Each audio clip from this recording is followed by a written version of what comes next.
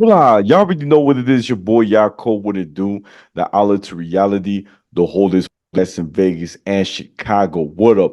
This is the place where you want to hide from your drama or maybe hide from your baby mama. Just kidding. Y si tú quieres cambiar tu vida, if you want to change your life, then subscribe. Ching. By the way, guys, I just published a book called Shabbat in Chicago. It's about an audacious single mom who opens her heart to five adopted kids while embracing her Latino culture. And today we have a very, very special guest. She's in the building. Give it up for the one and only Malia. What's up? Thank you. Thank you for having me. I'm excited. Of course, me too. I'm really happy too that Logan got us connected, and he told me good Oh yeah. things. So, Oh yeah. Yep. Same. so look, I want to share like a little story that happened to me today, right? So, basically, one of the head producer he hits me up yesterday. He's like, "Hey, fam, I've seen your commercial that you were in. I want you to be in the TV show Pawn Stars." I'm like, "What? For real?"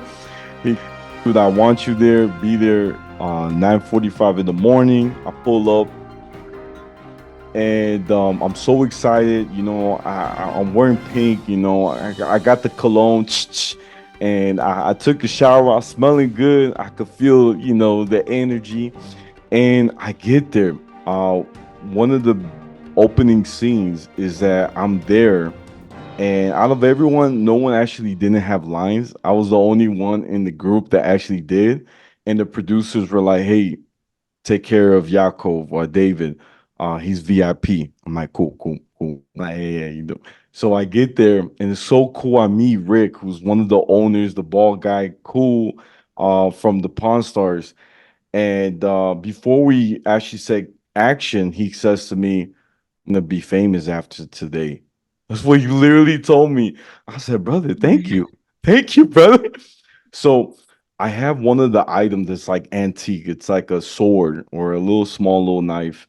And I go like my scene is like, "Yo, this is so cool." And I pass it to him and he goes, "Thank you." And so I just walk away, but it was just so cool just to that little spot. And I gotta say, I had so much fun with the talk to him because usually he doesn't talk to everybody. He's like so busy after the shoot, he leaves. So I just had to share that story. I can't wait for the episode to come out. You know what I'm saying? That's exciting. VIP status over here. Hey, yes. Oh my gosh. I feel like every time I've ever done a show like that, I've accidentally done it. Like I accidentally did diners, drive-ins, and dives once. I was going into the restaurant, a friend of mine's restaurant, down in Henderson, and I was just ordering, and he goes, "Oh, get your butt in here. We're filming diners, drive-ins, and dives. Sit down." And they had me sit down, and they kind of loosely gave me some lines, and we ran through them, and it took like 3 hours just to have like, like one line. But I feel like anytime I've ever done one of those shows, it's always been like accident. But it's exciting. That's awesome. You're on Pawn Stars, VIP status. Hey, you too, you too. I see you making moves. So look, tonight's about you. Amazing. You've done a lot of things, won a lot of awards. I want you to share, right? Like if you were like born and raised in Vegas, tell us a little bit about your hobbies and like your transition in coming into film. Yeah, absolutely. So I got started, and I never know how to like answer when I got started because I started making vlogs and videos and I was editing and shooting in middle school with my friends, just like fun like vlog projects and stuff like that. And I got my start with shooting and editing. I mean, that was like my first kind of intro into the film world is through those two avenues. And then um I got more into photography in high school, took a lot of photography classes, learned how to use a camera that way. And then I got to about 2016 and I was a PA on the Jimmy Kimmel show, which was also kind of an accident. And and then I accidentally did like the Latin Grammys as well. Like there was a lot of things that I just kind of like accidentally did, and I'm like, oh, I think this is what I kind of want to do. And then it wasn't until 2020 that I'm like, I want to do this professionally. And I woke up one morning and I'm like, I'm tired of waiting to start my own dreams. And so I started my own production company. Within a couple weeks, I was shooting my first short film called Contaminated, which I've reshot several times now. And I've done a series of like music videos, commercials. Um, I've been directing, primarily directing and producing.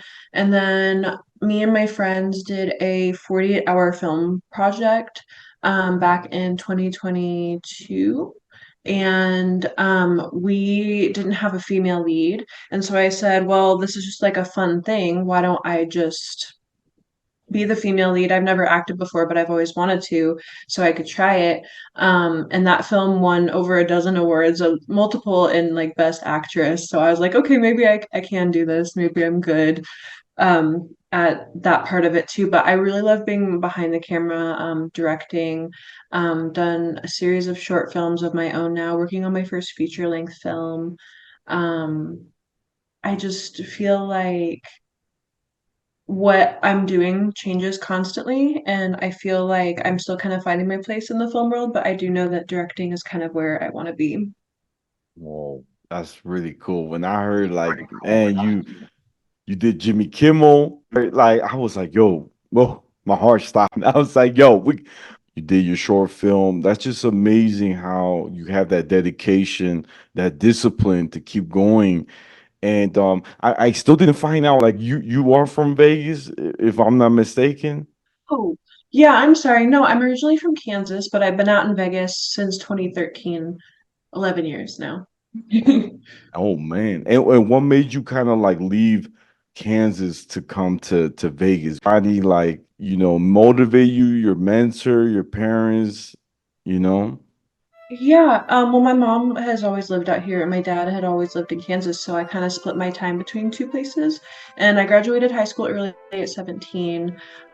So being a 17-year-old, like, what would you rather live in Las Vegas or Kansas? And so I chose Las Vegas because it's closest to like all the stuff that I wanted to do anyway. I did modeling for a really long time. That's what I originally got into.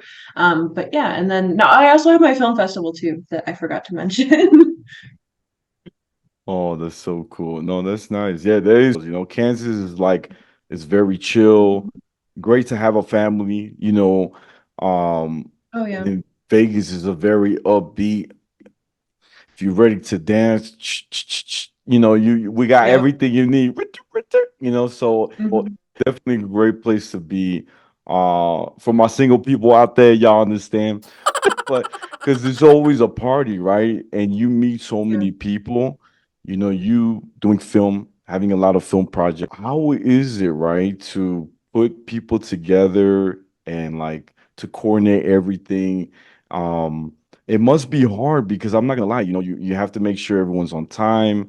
Can you tell us like the ups and downs and how are you able to overcome, making sure your project gets done? Yeah, absolutely. Being a director, it's all about it's made me grow as a person because for a very long time I was kind of like one of those people's like, okay, if you want, I'm sorry, if you'd like to, you don't have to though. But I've definitely changed as a person over the last 4 years because of it. You have to be very no BS. A lot of people will try to get away with things and as much as they can sometimes, especially when it comes to showing up, especially in Las Vegas. I feel like that's a huge thing here is the flakiness, especially within the industry. And everybody, is like, oh, I really want it, but then you actually have to like show up, at the same time. And I feel like being a director, I've gotten it down to a point now where I know what people like expect of me. And I work with a lot of the same people too, which helps. But even when I work with new people, I set expectations and wrangling people, and it helps to also have an AD, my assistant director, which recently has been Kelsey Davidson. She's amazing, and she's been my right hand sidekick, and she also helps wrangle people.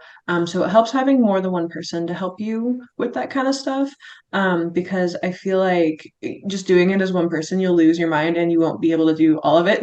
So just having a team and having people who constantly show up and want to like support the art, it's really about the art. Oh, that's true. It is a hard thing to manage, like you were saying, especially having a big staff. You got the lighting people, the audio person, you got the actors, right? And depending on what locations you're filming, how long it may take, really long process. So like for us, so I actually have a cool story I gotta share. Days, right? I'm acting like I'm old. But back in the days, I had a TV show called Take One, Pass It Back.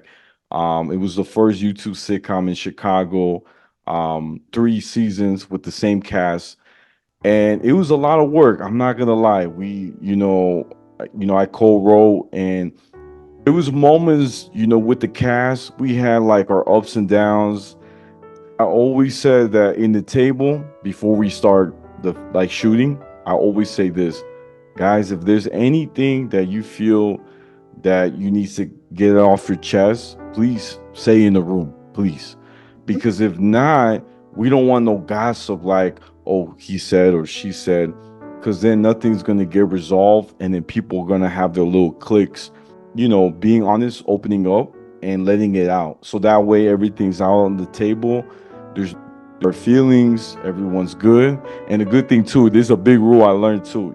It's better that none of the actors start dating each other, because if things don't work out, it is messy. You know what I'm saying? You know what I'm saying?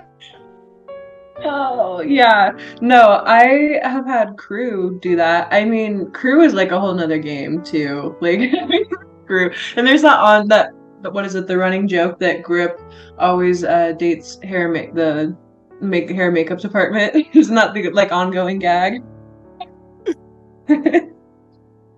Always. No, I feel like for me, I'm very no BS when it comes to my sets. If people start acting that way or acting in a way where there's like drama or anything, like I don't work with them. That's not gonna work for me.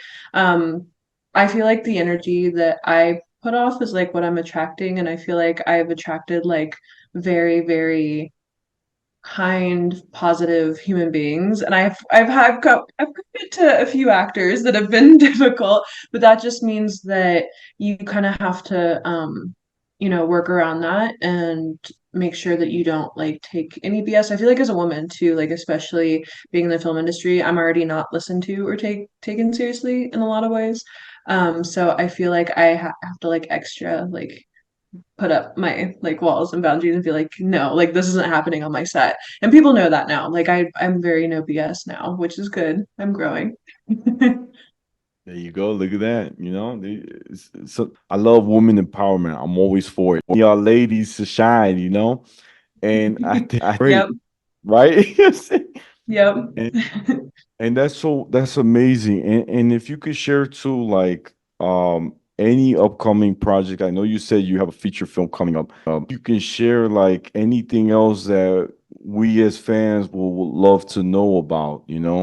Yeah, absolutely. I'm working on my very first feature-length film. It's called Daisy. I'm actually working on two features now. I just got roped into another. I feel like people, like they're like, "Oh, I have a project. I want to show it to you," and then I get really excited about it, and then I'm like, "Yes," and then I take on too many projects. But I technically have two. The second one yet, 'cause it's going to be really cool. We're actually trying to buy the rights to a book and make that into a movie and like get some people involved. I'm really excited about that one. Um, and then the one that I'm doing all by myself is called Daisy. It's a sci-fi thriller. I'm also working on like another short film, so I'm trying to bend the rules of what film can be and what genres can be. And I'm working on the short film called Split, and it's going to be from two different perspectives, and each perspective has its own genre, and the genres are going to be completely two different sides of the film. So you're going to see one person's perspective on the situation. It's going to be like a horror thriller, and then you're going to see another person's perspective on the same situation. It's going to be kind of like a lighthearted, um, like Tom Hanks and A Man Called Otto, kind of like this, like really sad, deep, kind of film that like explores like a tiny bit of comedy, but it's like mostly like this deep kind of drama. So I'm kind of trying to bend the rules on combining genres into one film, and I'm really excited about that one. That one we're shooting in May, and that one will be submitted to all the major film festivals. We're really excited about that one. And then over the next 2 years, I'm working on my first feature film, Daisy, that I was talking about. And that one is a sci-fi thriller. Again, I'm kind of like bending the rules of genre. But it's about what happens if we could, it's based like 20 to 40 years in the future, with AI and everything that's happening. It's like kind of like a perfect time for this movie, I feel like. But it's about what could happen. It's kind of based off like me if I would be a character in the future. But it's this girl, Daisy, and she owns a film production company, and they're the very first film production company of its kind to be able to record dreams, video and audio, and you can cut them up and make them into movies. So they have taken their actors or themselves and they've recorded their own dreams or the actors' dreams, and then they edit them and then they make them into feature-length films. But they start to kind of realize what they start to kind of question like what is reality, is it actually the dream world or is it like the real world, and things start blending and bending, and you shouldn't really mess with like that side of things because we don't actually know where we go when we fall asleep, and we don't really know, like, I don't know. Like the dream world, I really love. I'm fascinated with science and like anything that has to do with like dreams and like scary things and thrillers and stuff. So but it's really cool because it's like this psychological thriller horror as well, as we kind of like explore the dream world and kind of realize what dreams actually are and what the dream world actually is. So yeah, I can't give away too much more without saying the ending, but those are my two that I'm really excited about. You just made me think of like the Matrix right away. You Yeah. know, that's my movie. I'm gonna be real with you, and it's just so cool. Like the concept you just came up with. Like I've never heard anything like that. Like taking a dream and making it to a Yeah. movie, and like it's just so cool because I'm gonna be real. I have a lot of dreams, right? And sometimes I don't remember all my dreams, and I wish I could. And I'll write it down. And they said we're supposed to have like think 4 to like 7 dreams a day. And so I think the dream world, I'm not gonna lie, in the dream world, I remember one time I could fly. I was reaching the sky. You know what I'm saying? Yep. And it was just so cool. Like even like, what's one thing, this is the crazy. I can share this with you because you cool people. I could tell you cool. One time I had this guy in high school, right? He gave me a hard time, and we used to fight a lot, like physically. But I wasn't taking no for an answer. I always, believe you gotta defend yourself. If not, if the bully won't stop, right? So, your Yeah. boy always kept defending. And the thing that's crazy, I had a dream about him that something happened, like leg or something, that it was broken. Okay, this is like it was broken. Mhm. The next day I go back to school, guess what? His leg was broken. That's crazy. I have the same kind of dreams too. Oh my gosh. I've been having like I feel like dreams about things before they happen my entire life. Like since I was a little girl, ever since I can remember. Like things happen to a T, and then like later it'll happen. It's crazy. Tell me. I want to know, like, if you could share, Oh my like, God. I met my daughter before she was born several times in my dreams. That was really cool. I've known my entire life I was gonna have a daughter. Like I knew it. Like I just knew that she was gonna be here and she was it and she's gonna be like my only kid. And I had multiple dreams of her as I was like growing up. And I like met her and I knew her. So that was really cool. Um, and then what else? I feel like it's just little stuff that happens. Like I'll be I don't know, at a stoplight and I'll be like thinking about something and I'll hear something on the radio or I'll be like something will happen like on the street or something and I'll be like, "Oh, I had that in a dream." So, I feel like that kind of stuff happens too. I love the dream of. Oh, there's another thing too that I actually inspired my movie that I have to talk about. It's really cool. So, I found this subreddit and within the subreddit this inspired like a lot of my movie too. But within the subreddit, everyone was talking about this common theme that they all have when they lucid dream, like when you can like kind of control your dreams a little bit. So people were like, "Oh, have you ever been able to control your dreams?" A little bit, not all of them. Like every once in a while, right? Yeah, yeah. It's trippy. Okay, so so um there was a subreddit and every single person on the subreddit had one common theme with their dreams is that if they asked if they were in a dream or they said they acknowledged that they were in a dream to someone in their dream, the person would say like you can't say that here or they would just wake up or they would be like ejected from their dream. So there's this common theme that no one has ever been able to ask in their dream if they're dreaming or if like where like I know I'm dreaming or like whatever like the people in the dream will like this one like a few people were like, oh yeah, everyone turned their head like very slowly and just looked at me and was like, you can't say that here, and then they just woke up. Like that was a few people's experience and I've had that too. Like I've asked, am I in a dream, and then I immediately woke up. So that's also part of the movie too that I incorporated. I thought that was really cool. That is so cool. I got to tell you this. So when I first moved to Vegas, I had my little apartment and my bed was on the floor, right? And I'm not lying to you. This is like probably a couple months later. And this is during the pandemic, okay? Yeah. I had this like evil spirit, right? Came Hmm.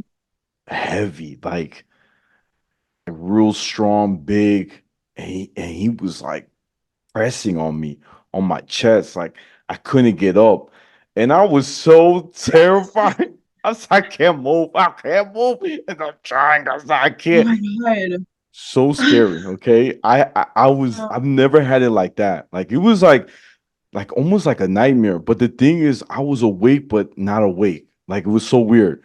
And Like you're paralyzed. yeah, yeah, for real. Mhm. I was like, yo, I thought I was strong. You know what I'm saying? I ain't strong. And so I got scared, you know. Um, Yeah. I started praying a lot. I was like, man, I need to do more meditation. Something wrong. So I called my rabbi, right? And my rabbi comes in, he comes to my house and like ever. And I know him for like almost like 4 years and or like 3 or 4 years. And he came in. And I told him, like, Rabbi, I had this bad dream. I got scared from that incident. I said, I need you to bless the house. Okay. So he Right. blessed the house. So we have this thing called a mezuzah where you put on the door, on your door, and he does a Mhm. little prayer. It's like in Psalms, something real nice. Actually, Yeah. in the Torah, real nice, and he does some extra prayers. And I said, the reason why I picked you because you're more spiritual than me, and I need somebody who's in the higher level. You know what I'm saying? It can't be me. And so it was so nice. We had like a little moment. We took a picture. I'm not lying. After that day, I've not had any more nightmares. I've been sleeping better. I'm more happier, Oh, that's nice. right? And sometimes you need that extra like I don't know, it's like a cleanliness. I just needed to change the house. Yeah. You feel me? Yeah. Yeah, no, I've been having nightmares all week. I actually had a dream. This isn't funny, but I had a dream last night that I was like lit on fire with a flamethrower. I know it's not funny. It's not funny, but it was like a nightmare. Like it actually felt real. And have you ever had dreams where you could actually feel the dream, like physically? I felt that, and that was scary. I've been having nightmares all week. I swear, I need to have someone like come and like do like a cleanse or something in my space. But yeah, no, that actually reminds me. So when you talked about like a demon, do you believe in ghosts? Like, have you ever like seen a ghost or anything? So I'm gonna be real with you. You know what I'm saying? I'm gonna be real. I've had so many incidents where I've like encountered them.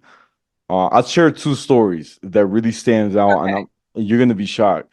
So I go to my dad's house, right? And my dad has two cats. And when I was there, I saw the cat was facing like direction like that, and he's hissing like that, and I'm like, yo, why Mm-hmm. is he hissing? And I see the spirit, like a white spirit comes, and I Oh, freaked out. And the cat was was protecting me. yeah. I didn't know the cat was protecting me. Yeah. I was scared. So that was like when I was little. I saw that. I never forgot it. The second That's time, okay? And the second time, this was weird. He's like a brother to me. And he basically watched a scary, we watched some, there was this documentary that came out. I highly recommend it. Till this day is scary. It's on the History Channel, if I'm mistaken, where it talks about the Devil's Book, which is the biggest, oh. longest book in the world. It's huge. It's Mm-hmm. like you need two people to carry it. Mm-hmm. And every country that had that book, right? Whether it's an empire, a king, bad things happened to their empire or their people got sick, they died, and has Mm-hmm. a picture. The crazy thing is the person that actually wrote it, and he was like I think first a priest, and then he became a monk at the Catholic Church. And the crazy thing is, he wrote the entire book in one day Wow. and he died. And the crazy thing is, this book is so like no man could ever write it because it's so long. It's the longest book. So me and my cousin Yeah. we watched it, right? And we taking care of a dog named CJ had a cage. And now we used to put him in the cage because he will bite everything. And we just that was the only way he would sleep. We hear the Mm-hmm. cage going like that, right? And we're like, dang, CJ wants to go outside. So we're like, oh man. So we go outside. Girl, tell me why. The cage is folded up, okay? Like someone put it away. There's no dog there. We get there, we're freaking out. We run to my mom's room, okay? We're like, my mom, Mighty, right? That's my mom's name. We gonna have to sleep with you because we scared. We think there's a ghost in the pantry or in the by the kitchen, right? Not the pantry, but by the kitchen. So we got so Yeah. scared, and my mom started laughing. She's like, "It's your fault. Why you watching those videos? Because now you're letting them to come in your reality." And we didn't believe her. Yeah. We're like, "No, no, it's not real, not real." But yeah, that was my two incidents where I actually encountered like some paranormal activity, you can say.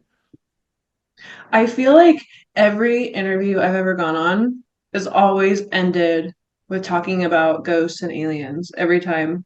And I love it. I love it so much. I always like to get everybody's stories too. I I have a lot of stories too. I have a really brief one I can tell real quick. Yep. So my I grew up in this like really old house, right? And like multiple people died in it. And it was in the middle of Kansas, and it just like it gave me the heebie-jeebies a lot. But my great grandma was the one that raised me, and she had lost her son, and they never told me. I was like 6 years old. Like they hadn't told me at that point. And so I'm playing out in the garage, and I'm like I said, like 6. I don't know this man. I don't know who he is. I don't know he exists. And and all of a sudden I see an outline of a man, and like I saw multiple ghosts growing up, and it would always look like what TV static looks like, but you can see through it, and it's like in the shape of a person, and you can see like the person and stuff like that. And sometimes I can make out color through the static. This is weird. I sound like I'm insane, but I can make out color. And I saw this guy, and he was in overalls, and he had green eyes and dark hair, and he just kind of like looked at me, and then he walked down the stairs to the basement. And I was like, okay, cool. So I'm gonna go tell my grandma who this person that I saw was, because I'm freaked out. Well, I would at that point I'd seen so many of them, I wasn't really freaked out, but he was like the most specific that I had ever seen. I've never seen that much detail before. And so I go in and I tell my grandma, I'm like, there's this man. He's in the garage. And he's wearing overalls. He has green eyes and dark hair. She immediately starts crying. She like leaves the room, and I'm like, what did I do? Like, I feel like, what did I say? And my other grandma comes in the room and she goes, she lost a son. Like, that's like the exact description of like the son that she lost and everything, and like his height and everything, like the same exact human. And I'm like, okay, cool. So that's who I saw in the garage. I'm just letting you know that I saw your son in the garage. So, and then they didn't believe me. They thought it was so insane and so crazy that they went and they got my eyes checked, and it was kind of traumatizing because it like they put this stuff in my eye and then they pried it open and then they put drops in my eye, and I couldn't see for 12 hours because it made my eyes dilate so that they can look into my eyeballs. And they're like, no, she's perfectly fine. She just fucking sees ghosts. And that was that was one of my best, my most well, not best, but most detailed like stories, I guess. Creepy stuff. I'm not gonna lie to you, girl. My hair went up, you know. I'm like, dang, this is real, man. I need my popcorn. You see what I'm saying? But look, Well, we could just spend the day telling stories, honestly. hey, I'm down. I'm down. Where we at? That's what you say. So look, real quick, guys. Guys, this is the Outlet to Reality, the podcast in Vegas and Chicago every Tuesday. Don't forget to like, share, comment, and subscribe. Ching, ching. Y'all know where to find me. I'm on Instagram, the Outlet to Reality. And my friend, where can my fans find you? I am a Malia Aniston everywhere. So just Malia and then Aniston. It's like Jennifer Aniston, but I'm not Okay. related. But yeah, No, Malia that's Aniston everywhere. And then C47 Productions and C47 Film Festival.